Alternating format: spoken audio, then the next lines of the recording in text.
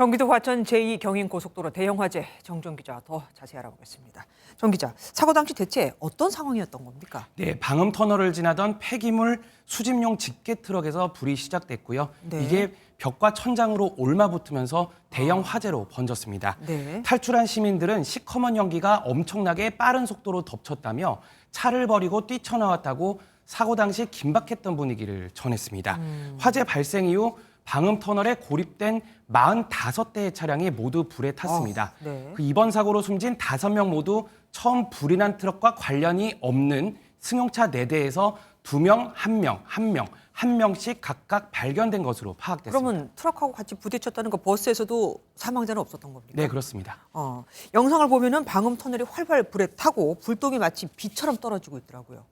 그렇습니다. 인접한 주민들의 소음 피해를 막기 위해서 고속도로 곳곳에는 방음 터널이 이렇게 설치가 그렇죠. 돼 있는데요. 이 방음 터널에 쓰인 방음판의 재질은 플라스틱의 일종인 폴리카보네이트로 파악됐습니다. 이번 화재 발생 구간의 과거 사진을 잠시 준비했는데요. 네네. 한번 보시겠습니다. 네, 이 쇠 구조물이 터널을 떠받치고 있고 소음이 빠져나가지 않도록 이렇게 천장이 덮여 있죠. 이번 화재로 천장에 설치돼 있던 투명 방음판이 완전히 녹아내린 겁니다. 폴리카보네이트, 도대체 그게 뭡니까? 네, 폴리카보네이트는 석유를 원재료로 만드는 플라스틱 합성 수지입니다. 그 투명도가 우수해서 햇빛을 잘 통과시키고 강도가 높아서 또 잘 깨지지 않고요. 또 매우 가볍다는 장점이 있습니다. 네. 단점은 불에 잘 타는 재질이란 겁니다. 그 불에 잘 타지 않는 강화 유리와 달리 폴리카보네이트는 작은 불씨에 의해서도 화재가 삽시간에 확산할 수 있는데요. 결국 방음 터널에 쓰인 방음판이 이번 화재의 불쏘시개 역할을 했다는 분석이 나옵니다. 그 가격이 저렴한 데다 무게 하중을 또 줄이기 위해서 최근 방음 터널에 이 폴리카보네이트를 시공하는 경우가 많다고 하는데요.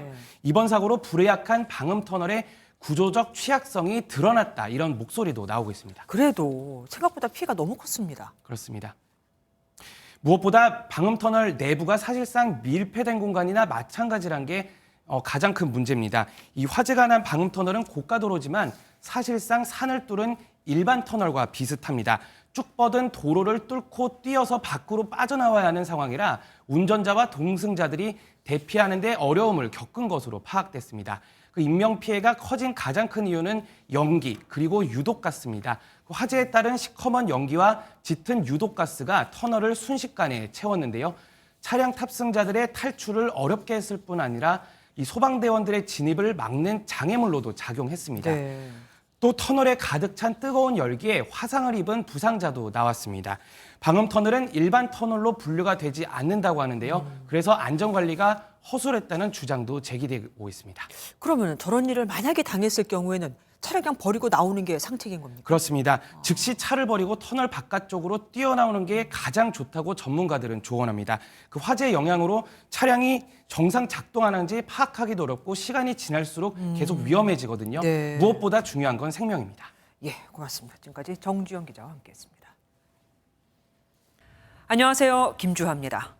공정하고 신속한 MBN 뉴스, 유튜브를 통해서도 만나보실 수 있습니다. 특히 더 많은 뉴스와 라이브를 보고 싶으시다면 오른쪽을 눌러서 구독하시면 됩니다. 어렵지 않죠? 빠르고 정확한 뉴스로 계속 찾아뵙겠습니다.